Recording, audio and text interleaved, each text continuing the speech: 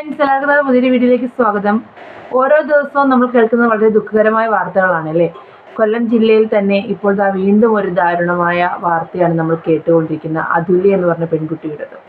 വിഭജികയുടെ വാർത്ത നമ്മുടെ മനസ്സിൽ നിന്ന് മാഞ്ഞത് കൂടിയില്ല. അതിനു മുന്നേ തന്നെ പുതിയൊരു വാർത്തയും വന്നിരിക്കുന്നു. എല്ലാം അന്യനാടുകളിൽ ജോലിക്കോ ഭർത്താവിനോടൊപ്പം കുടുംബത്തോടൊപ്പം ജീവിക്കുന്ന പെൺകുട്ടികളാണ്. വിഭജികയുടെ കേസ് എല്ലാവർക്കും അറിയാവുന്നതാണ്. ആരുടെ മനസ്സിൽ നിന്നും എനിക്ക് തോന്നുന്നു ഓരോ അമ്മമാരുടെയും മനസ്സിലെ കീറി മുറിക്കുന്ന രീതിയിലായിരുന്നു ആ ഒരു വാർത്ത. വൈഫറി വളരെയധികം വേദനയോടുകൂടിയാണ് നമ്മൾ ആ വാർത്ത കേട്ടത്. ഇന്ന് രാവിലെ വീണ്ടും വേറൊരു വാർത്ത കേട്ടിരിക്കുകയാണ്, അതുല്യ എന്ന് പറഞ്ഞ പെൺകുട്ടിയുടേത്. ഇതിനൊക്കെ ആരാണ് ഉത്തരവാദികൾ? സത്യം പറഞ്ഞാൽ നമ്മുടെ പെൺകുട്ടികൾക്ക് എത്ര മോസ്റ്റ് മോഡേൺ ആയി എന്ന് പറഞ്ഞാലും ഒറ്റയ്ക്ക് നിൽക്കുക എന്ന് പറയുന്നത് പാടാണ് എന്ന് കരുതിയിട്ടാണോ ഇവരൊക്കെ ഈ ഒരു രീതിയിലേക്ക് ചിന്തിക്കുന്നത് എന്നൊരു സംശയമുണ്ട്. എന്തിനു വേണ്ടിയിട്ടാണ് ഇവർ ഇങ്ങനൊരു തീരുമാനത്തിലെത്തുന്നത്? നമ്മുടെ പല വീഡിയോസിലും നമ്മൾ പറഞ്ഞൊരു കാര്യമാണ്, നമുക്ക് സഹിക്കാൻ പറ്റില്ല, സഹിക്കുക അല്ല, സത്യം പറഞ്ഞാൽ ഇതിൻ്റെയൊക്കെ തുടക്കത്തിൽ തന്നെ നമ്മൾ പ്രതികരിച്ചില്ല എങ്കിൽ അങ്ങോട്ടും നമുക്കൊന്നും ചെയ്യാൻ സാധിക്കില്ല. ഒരു ഫാമിലി ആയി കഴിഞ്ഞാൽ വിവാഹം കഴിഞ്ഞ് കുറച്ച് നാളുകൾക്ക് ശേഷം, അതായത് ആ ഒരു മധുവിധു കഴിയുമ്പോഴത്തേക്കിന് ഇവരുടെയൊക്കെ തനിക്കുണം പുറത്തൊക്കെ എത്തും. അപ്പോൾ തന്നെ പ്രതികരിക്കണം. നമ്മുടെ ഭർത്താവാണ്, അയ്യോ നമ്മളുടെ വീട്ടുകാർ കഷ്ടപ്പെട്ട് വിവാഹം കഴിച്ച് അയച്ചതാണ്, നാട്ടുകാരെന്ത് പറയും, വീട്ടുകാരെന്ത് പറയും എന്ന് കരുതാതെ കൃത്യമായി അറിയിക്കേണ്ടവരെ അറിയിക്കുക. പക്ഷെ ചില കുടുംബത്തിൽപ്പെട്ടവരുണ്ട് കേട്ടോ, എത്ര ദുഃഖം വിളിച്ച് പറഞ്ഞാലും മകളെ ഇതൊക്കെ നമ്മൾ സഹിച്ചേ പറ്റൂ, ഒരു കുടുംബമായാൽ ഇങ്ങനെയാണ്, നീ അവിടെ പിടിച്ചു നിൽക്കാൻ ശ്രമിക്കുക, അല്ലെങ്കിൽ നിന്റെ ഭർത്താവിനെ നീ മാറ്റിയെടുക്കാൻ ശ്രമിക്കുക, അല്ലെങ്കിൽ നിന്റെ ഭർത്താവിൻ്റെ വീട്ടുകാരെ നീ മാറ്റിയെടുക്കാൻ ശ്രമിക്കുക എന്ന് പറഞ്ഞ് ഉപദേശിക്കുന്ന വീട്ടുകാരുണ്ട്. ഇന്നും അതിനൊരു മാറ്റവുമില്ല. എത്ര കാലഘട്ടം മാറിയാലും, എത്ര ആധുനിക കാലഘട്ടത്തിൽ എത്തിയെന്ന് പറഞ്ഞാലും, മോസ്റ്റ് മോഡേൺ ടെക്നോളജി വന്നെന്ന് പറഞ്ഞാലും ആ പഴഞ്ചൻ നിലപാടിൽ ഒരു മാറ്റവും ഇല്ല.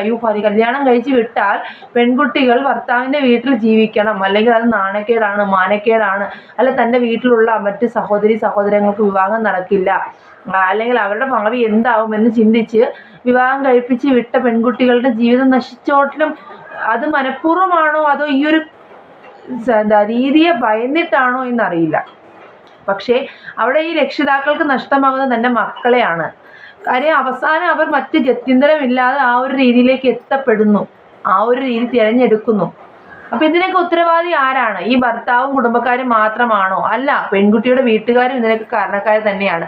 എല്ലാം മറച്ചു വെച്ചിട്ട് ഇത്തരത്തിൽ ചെയ്യുവാണെങ്കിൽ ഓക്കെ, നമുക്ക് ആ പെൺകുട്ടിയുടെ വീട്ടുകാരെ കുറ്റം പറയാൻ സാധിക്കില്ല. പക്ഷേ എല്ലാം വിളിച്ചറിയിച്ചിട്ട്, എനിക്ക് തോന്നുന്നു ഇന്നത്തെ കാലഘട്ടത്തിലെ പെൺകുട്ടികളൊക്കെ ഈ മൊബൈലും മറ്റു കാര്യങ്ങളിലൂടെയൊക്കെ തെളിവുകൾ ശേഖരിച്ച് താൻ അനുഭവിക്കുന്ന കാര്യങ്ങൾ വീട്ടുകളിൽ അറിയിക്കുന്നുണ്ട്. അപ്പോൾ അവരെടുക്കേണ്ട നിലപാട് എന്താണ്? മതി, അവിടെ നിർത്തിക്കോ, അല്ലെങ്കിൽ ഒരു ചോദ്യം ചെയ്യൽ, എന്തിനാ നീ ഇങ്ങനെ ചെയ്യുന്നു, മതി, നിനക്ക് വേണ്ട എങ്കിൽ എനിക്ക് 10-20 വർഷം നിങ്ങൾ വളർത്തി നിങ്ങളുടെ കുട്ടിയെ നിങ്ങൾക്ക് തിരിച്ചു കൊണ്ടുവന്നൂടെ? അതിന് നല്ല വിദ്യാഭ്യാസം കൊടുക്കുക. അല്ലാതെ ഈ ഒരു 20 വയസ്സാകുമ്പോഴേക്കും സത്യം പറഞ്ഞാൽ ഹിന്ദുക്കളുടെ രീതിയിൽ ജാതകം, ജ്യോതിഷം, മറ്റേത് മറിച്ചതെന്ന് പറഞ്ഞിട്ട് 18 വയസ്സ് തികയാൻ നിൽക്കുകയാണ്. ജാതകം നോക്കുക, പ്രായമായി, നല്ല പ്രായമാണ്, ഈ സമയത്ത് കെട്ടിച്ചുകൊണ്ടല്ല രാജയോഗമാണെന്നൊക്കെ പറഞ്ഞ് അങ്ങോട്ട് കെട്ടിച്ചു വിടും. ഒന്നും അറിയില്ല. 18 വയസ്സെന്ന് പറയുമ്പോൾ ഒരു +2 കഴിഞ്ഞ് ഡിഗ്രിയിലേക്ക് കയറുന്ന പ്രായം. കൊച്ചുകുട്ടികൾ ഇന്നലെ വരെയും നമ്മൾ റോഡിലൂടെ, ഗ്രാമപ്രദേശങ്ങളിലാണെങ്കിൽ റോഡുകളിലൂടെ സിപ്പപ്പും ഒരിഞ്ഞുകൊണ്ട് നടക്കുന്ന കുഞ്ഞു പ്രായം. ആ പ്രായത്തിൽ നിന്നാണ് ഒരു വീട്ടമ്മ, ഒരു പുതിയൊരു വീട്ടിലേക്ക് എല്ലാ ഉത്തരവാദിത്തങ്ങളുമായിട്ട് ചെന്ന് കയറുന്നത്. ആ വീട്ടിലെ കുട്ടികൾക്ക് ചിലപ്പോൾ പാചകം അറിഞ്ഞിരിക്കണം എന്നില്ല, ഒരു വീട് എങ്ങനെ മെയിൻറ്റെയിൻ ചെയ്യണം എന്ന് അറിഞ്ഞിരിക്കണമില്ല. അവിടെയുള്ളവർ സ്വന്തം വീട്ടിലെ അച്ഛനും അമ്മമാരുടെ കൊഞ്ഞ് അവരുടെ വീട്ടിലെ കുഞ്ഞു മകളായിട്ട് വളരുന്ന കുട്ടികൾക്ക് ആ വീട്ടിൽ പോയി ഒരു ഭാര്യ എന്ന നിലയിലേക്ക് പെട്ടെന്ന് മാറാൻ സാധിക്കണമെന്നില്ല. അവിടെ പ്രശ്നങ്ങൾ ആരംഭിക്കുന്നു. നിന്റെ അമ്മയും അച്ഛനും നിന്നെ ഒന്നും പഠിപ്പിച്ചില്ലേ, നീ ഇങ്ങനെ ജീവിക്കുന്നു, നിനക്ക് എന്താണ്, നീ ഒന്ന് കൊച്ചുകുട്ടിയാണോ, നീ ഒരു ഭാര്യയല്ലേ, നിന്റെ ഭർത്താവിൻ്റെ കാര്യങ്ങൾ നോക്കണ്ടേ? അവിടെ തുടങ്ങും പ്രശ്നങ്ങൾ. അതിലേക്ക് എരുതിയിൽ എണ്ണ ഒഴിക്കാനായിട്ട് കുറച്ച് കുടുംബക്കാരും അയൽക്കാരും. കണ്ടോ, അവൾ അങ്ങനല്ലേ, ഇല്ല കുട്ടി ഇങ്ങനല്ലേ. നിങ്ങൾ മനസ്സിലാക്കേണ്ട കാര്യം, അത്രയും നാളും സ്വന്തം വീട്ടിൽ കുഞ്ഞായിട്ട് വളർന്ന കുട്ടികളാണ് ഈ ഒരു വീട്ടിലേക്ക് വരുമ്പോൾ പെട്ടെന്നൊന്നും മാറാൻ സാധിക്കില്ല. ഇവിടെ രണ്ടുപേരും കുറ്റക്കാരാണ്. ഇത്തരത്തിൽ തൻ്റെ വീട്ടിലേക്ക് വരുന്ന മരുമകൾ പെട്ടെന്ന് തന്നെ ആ വീടുമായിട്ട് ഇണങ്ങിച്ചേരണമെന്ന് കരുതുന്ന ഭർത്താവിൻ്റെ വീട്ടുകാരും 18 വയസ്സ് തികഞ്ഞുടനെ തൻ്റെ മകളെ കൊണ്ടുവന്ന് ഇങ്ങനെ കുരുതി കൊടുക്കുന്ന വീട്ടുകാരും കുറ്റക്കാർ തന്നെയാണ്. എന്തിനു വേണ്ടിയിട്ട്? നല്ല വിദ്യാഭ്യാസം കൊടുക്കുക. ആ വിദ്യാഭ്യാസം കൊടുത്തതിന് ശേഷം അവർ തന്നെ തീരുമാനിക്കട്ടെ അവരുടെ ജീവിത പങ്കാളി. അല്ലെങ്കിൽ നിങ്ങൾ തീരുമാനിച്ച് നടത്തി കൊടുക്കുക. എനിക്ക് തോന്നുന്നു നല്ല ക്വാളിഫൈഡ് ആയി കുറച്ച് നല്ല ഏജ് ഒരു 28 ആ ഒരു റേഞ്ചിലൊക്കെ വരുവാണെങ്കിൽ അവർക്ക് തെറ്റൊന്നും പറ്റില്ല. അവർ തിരഞ്ഞെടുക്കുന്ന പങ്കാളി ഉത്തമമായിരിക്കും. കാര്യം അവർ ഇന്നത്തെ കാലഘട്ടം മനസ്സിലാക്കി എല്ലാവരെയും തിരിച്ചറിഞ്ഞിട്ടായിരിക്കും അവരൊരു ജീവിത പങ്കാളി അവിടെ തിരഞ്ഞെടുക്കുന്നത്. അവിടെ അവർക്ക് തെറ്റ് പറ്റില്ല.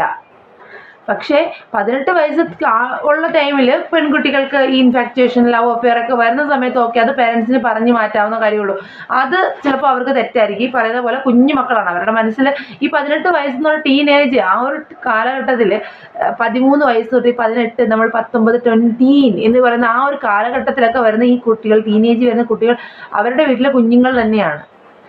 ഇപ്പം എൻ്റെ മകൾക്ക് 10 വയസ്സാണ് പ്രായം. പൊടിക്കുഞ്ഞാണ് അവൾ. ഇന്നും അവൾ ഇപ്പം 5ാം ക്ലാസ്സിൽ പഠിക്കുവാണെങ്കിൽ അവൾക്ക് പല കാര്യങ്ങളും അറിയില്ല. 5ലാണ് പഠിക്കുന്നത്.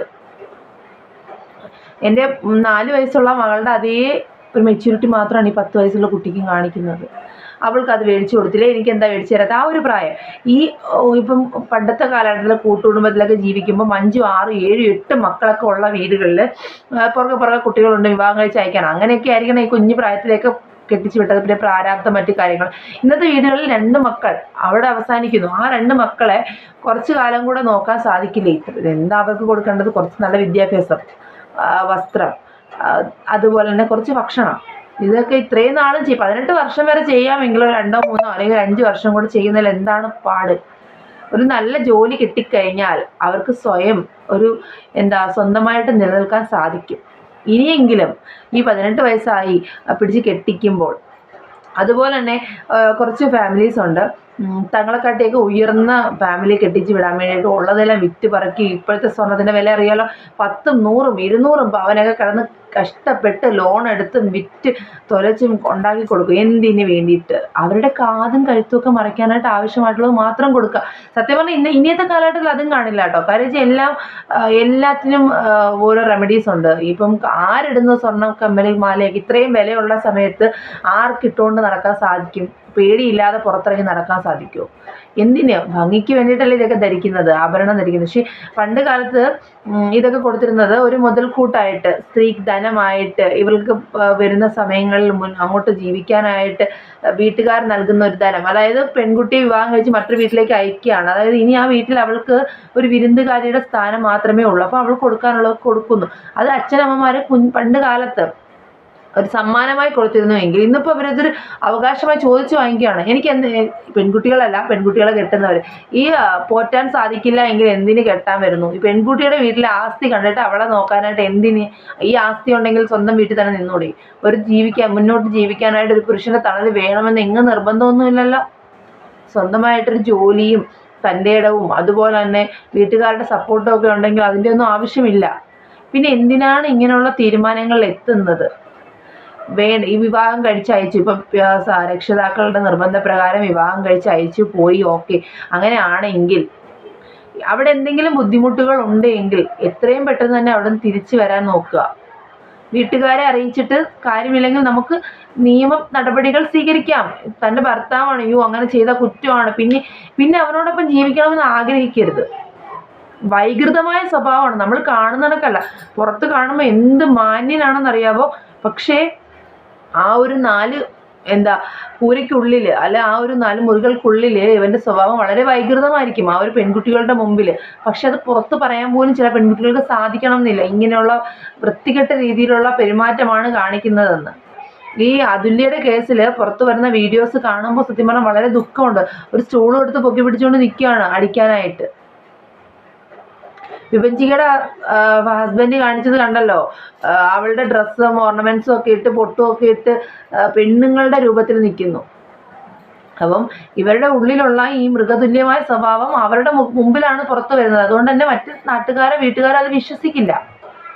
എന്തായാലും എനിക്ക് പറയുന്നത് നിങ്ങൾക്ക് ഇനിയെങ്കിലുമുള്ള പെൺകുട്ടികളെ ഇങ്ങനെ കുരുതി കൊടുക്കരുത്.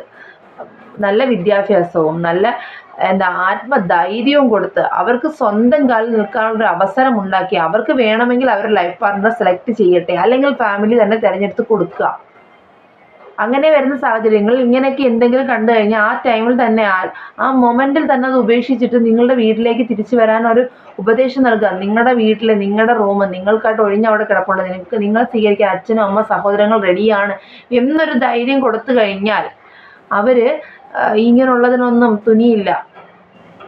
നഷ്ടപ്പെടുമ്പോൾ നമ്മൾക്ക് മാത്രമാണ് നഷ്ടപ്പെടുന്നത്. പെൺകുട്ടികളോടൊരു കാര്യം, ഒരിക്കലും അച്ഛനമ്മമാർ വേദനിക്കാതെ നാട്ടുകാർ ഇങ്ങനെ പറയും അല്ലെങ്കിൽ വീട്ടുകാർ എന്ത് വിചാരിക്കും എന്നുള്ള പേരിൽ സ്വന്തം ജീവൻ നശിപ്പിക്കരുത്. എവിടെയാണോ പൊരുത്തക്കേടുകൾ തുടങ്ങുന്നത് അവിടെ വെച്ച് അവസാനിപ്പിക്കുക. നന്നായിട്ട് പറഞ്ഞ് അവസാനിപ്പിച്ച് തിരിച്ചു പോരുക. പഠിത്തം കണ്ടിന്യൂ ചെയ്യുക, നിർത്തിയവരാണെങ്കിൽ കണ്ടിന്യൂ ചെയ്യുക, ജോലി സമ്പാദിക്കുക, സുഖമായിട്ട് ജീവിക്കുക. ഒരു കുഞ്ഞുണ്ടായിപ്പോയി എന്നുള്ളതിൻ്റെ പേരിൽ പിടിച്ചു നിൽക്കേണ്ട ആവശ്യമൊന്നുമില്ല. ആ കുഞ്ഞുങ്ങളെ വളർത്താൻ നമുക്ക് സാധിക്കും. നമ്മളൊരു അമ്മയാണെങ്കിൽ നമ്മുടെ കുഞ്ഞുങ്ങളെ നല്ലതുപോലെ നോക്കാൻ നമുക്ക് സാധിക്കും എന്ന് മനസ്സിലാക്കി എല്ലാം ഉപേക്ഷിക്കുക. മീൻസ് ഈ ഒരു നശിച്ച ജീവിതം, അതായത് ആ ഒരു ഭർത്താവിനോടൊപ്പമുള്ള ജീവിതം അവിടെ അവസാനിപ്പിച്ച് പുതിയൊരു ജീവിതം, നല്ല സുഖകരമായ സന്തോഷകരമായ പുതിയൊരു ജീവിതം തുടങ്ങുക. ഇത്രമാത്രം പറഞ്ഞുകൊണ്ട് നമ്മുടെ വീഡിയോയുടെ അവസാനിപ്പിക്കുകയാണ്. ഓക്കെ ഫ്രണ്ട്സ്, പുതിയൊരു വീഡിയോ കാണുന്നതിൽ എല്ലാവർക്കും ടാറ്റാ ബൈ ബൈ.